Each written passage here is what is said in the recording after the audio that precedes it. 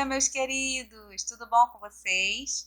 Então, mais uma vez estamos juntos, né? Então, como vocês viram, passou todo o módulo 2, né? Nós vimos as matérias todas, de português, de matemática, né? Com certeza vocês já participaram aí da correção, né? Da parte de matemática, de medidas de comprimento, medidas de tempo, né? Nós já estamos no processo de aula ao vivo, ou seja, a gente está se encontrando uma vez por semana, onde a gente consegue tirar as dúvidas, né, mais de perto, onde a gente pode falar um com o outro. Mas a gente sabe que precisa continuar nossas videoaulas para que a gente possa ir dando continuidade, né, ao nosso conteúdo. E como a gente agora está em uma época onde a gente vai fazer algumas avaliações, né, algumas atividades avaliativas, a gente está nesse processo de revisão. Então, com isso, hoje a gente vai ver a parte de português, né? Eu resumi toda a gramática nessa aula e a gente vai passar rapidamente sobre os conteúdos que a gente viu no livro do módulo 2 da parte de português. A gente sabe que esse livro, ele tinha 3 capítulos. O capítulo 3, o capítulo 4, o 5 e o 6, tá? Então, a gente vai passar por esses conteúdos, mas, obviamente, a gente vai falar novamente sobre isso nas aulas ao vivo, quando a gente tira as dúvidas mais detalhadamente, tá bom? Então, no conteúdo de hoje, a gente vai ver a parte da concordância verbal. O que é a concordância verbal? É quando o verbo está concordando ali com o substantivo, com os pronomes, né, da frase. A gente sabe que o verbo, vocês estudaram o verbo no capítulo, né, do módulo 1, onde ele tem várias características, ele tem a conjugação, né, se é a primeira, segunda, terceira, se é um verbo de ação, se é um verbo de estado, um verbo de fenômeno da natureza. A gente sabe que ele pode ter várias conjugações, né, ele pode ter os tempos verbais, no pretérito, que é o passado, no futuro ou no presente, e todas essas coisas precisam concordar com os outros itens do discurso, né, ou seja, da frase, que é os pronomes, que são os substantivos, e tudo isso na parte de concordância verbal precisa estar alinhado.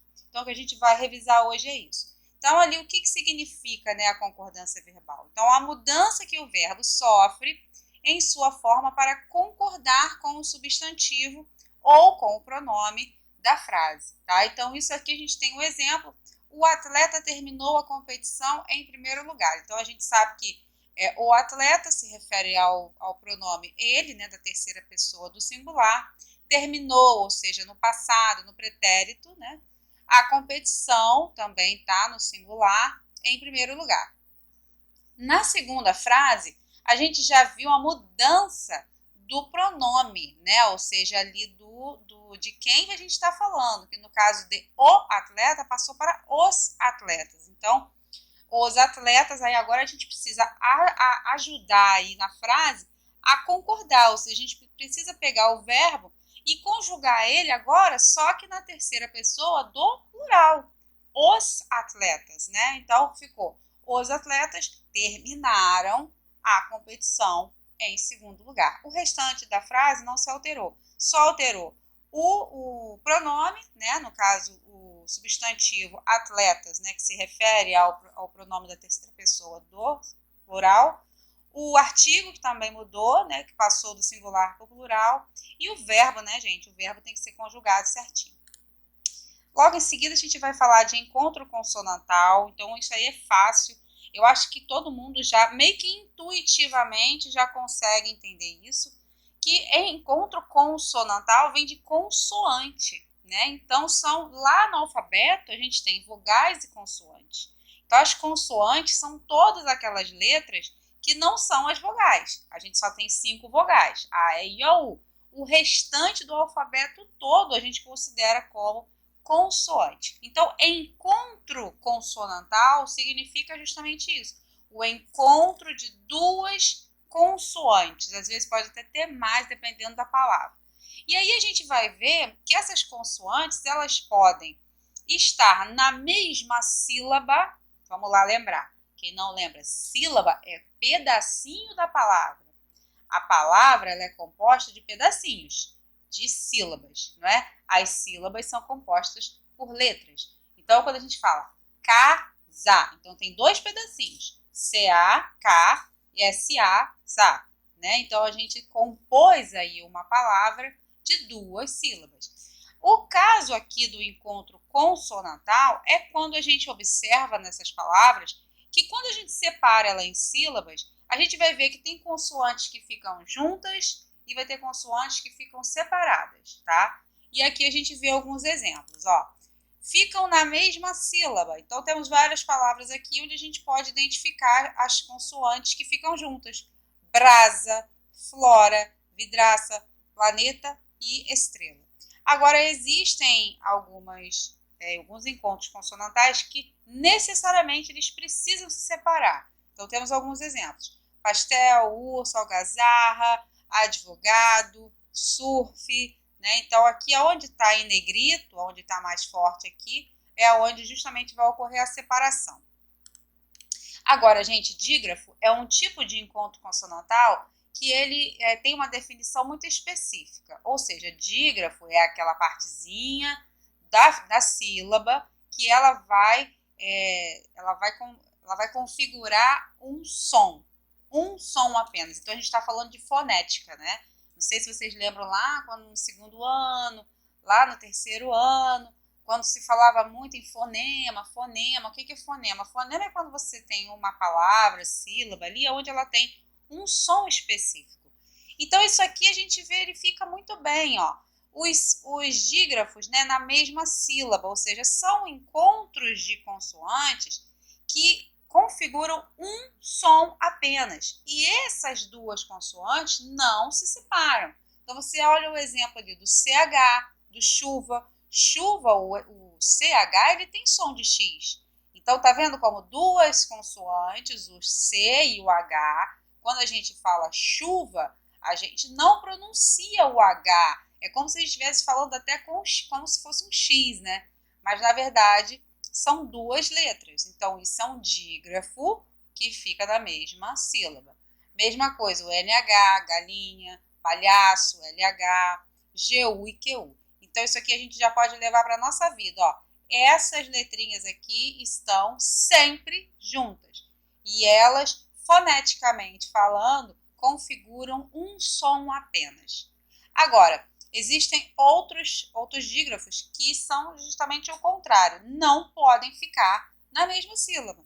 Então, por exemplo, 600, né? A gente não fala 600, a gente fala 600. Então, é como se fosse um S só ali. Também é um som apenas. Só que ao invés de ficar na mesma sílaba, é o contrário. Tem que separar. O SC é um dígrafo que separa. Ó, o S cedilha, o XC, RRSS. O RRSS a gente já sabia, né?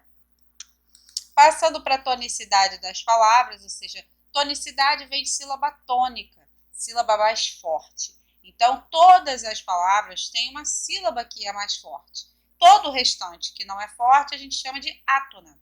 Então, a sílaba mais forte, embora existam palavras que tenham acentuação, ou é o acento agudo, ou o acento circunflexo, ou o til, né?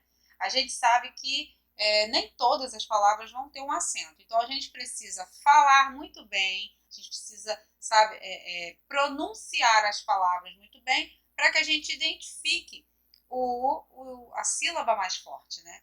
E aqui a gente tem alguns exemplos. Exemplos que tem o acento e que não tem, né? Então, matemática. Então, até aqui, ó, matemática. Tem um acento no má. Então, aonde está o acento, com certeza é a sílaba tônica.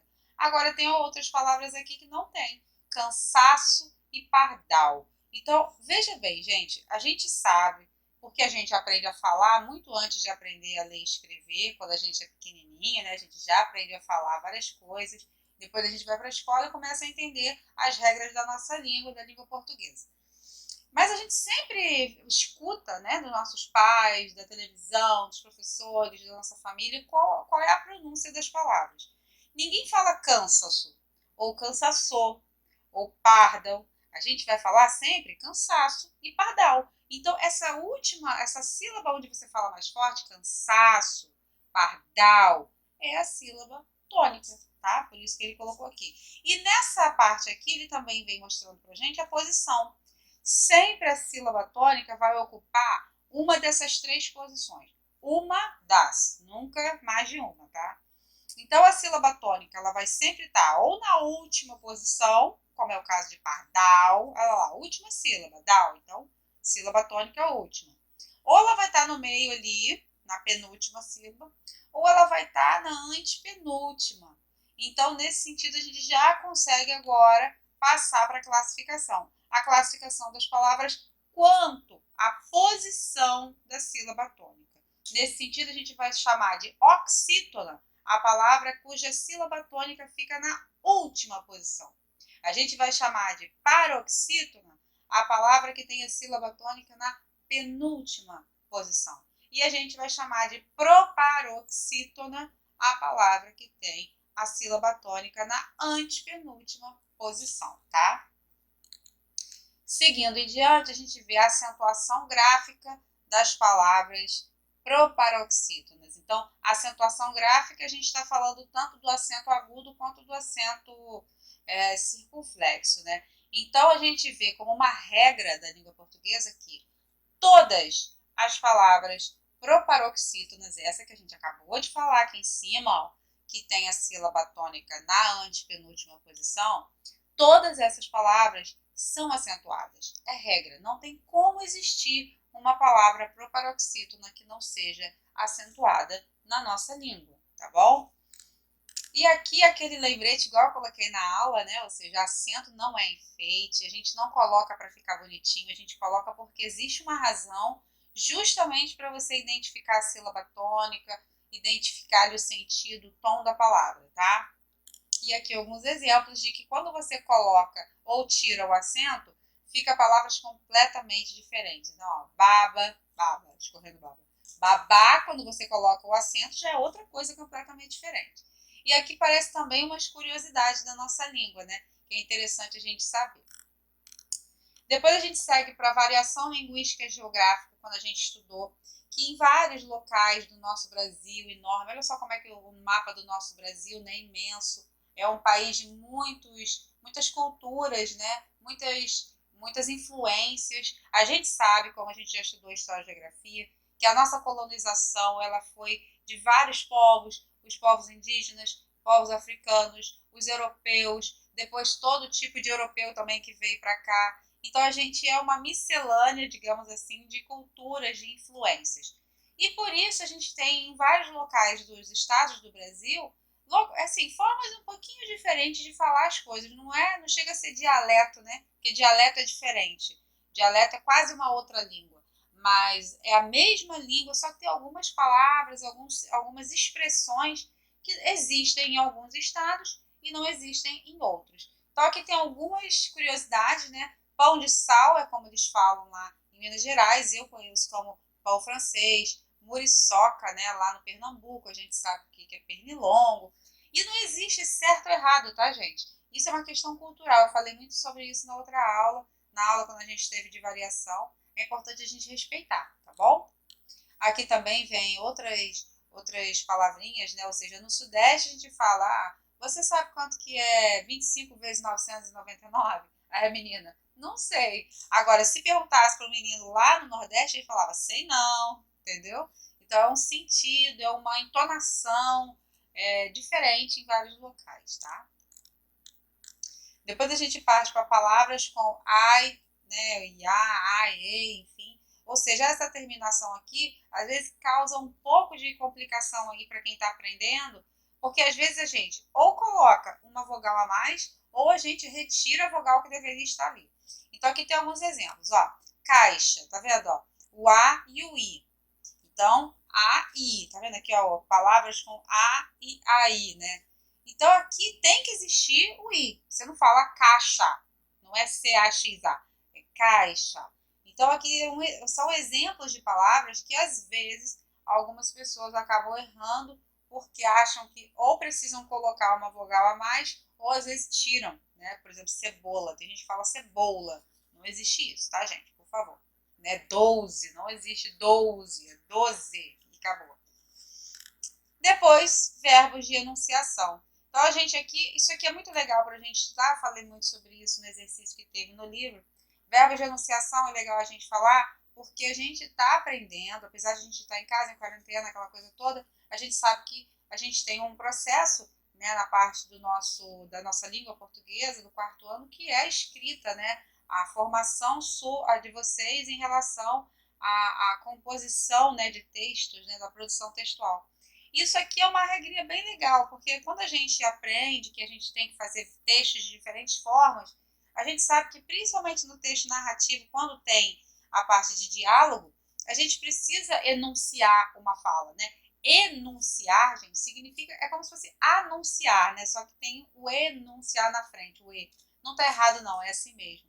Significa que você vai indicar para o leitor, quem está lendo o seu texto, que vai acontecer uma fala de alguém, de algum personagem, tá? Então é por isso que a gente tem também que prestar atenção, porque esses verbos normalmente eles precisam estar concordando ali com o sentido da frase, tá? Então se você está escrevendo a frase, se você está escrevendo o texto em terceira pessoa ou em primeira pessoa, você tem que prestar atenção também na conjugação do verbo, tá bom?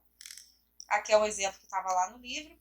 E aqui a definição, ou seja, verbos de enunciação são verbos que introduzem falas dos personagens no texto, indicando a maneira como eles se expressam, se eles vão se expressar com amor, com carinho, ou com dúvida, ou com raiva, enfim. Né? Se é uma pergunta, se é uma afirmação, se, enfim, esbravejou, né? Sugeriu, entre outras coisas. Tá bom? Então é isso, pessoal. Espero que vocês tenham lembrado dos nossos conteúdos. Se ficou alguma dúvida, anotem e no dia da nossa aula ao vivo a gente tira essas dúvidas todas, assim como também eu preparei alguns exercícios para que a gente possa fazer durante a aula ao vivo, para que a gente fixe bastante esses conteúdos, tá? Olha, grande beijo para vocês, fiquem com Deus, fiquem seguros e até o nosso próximo encontro, tá?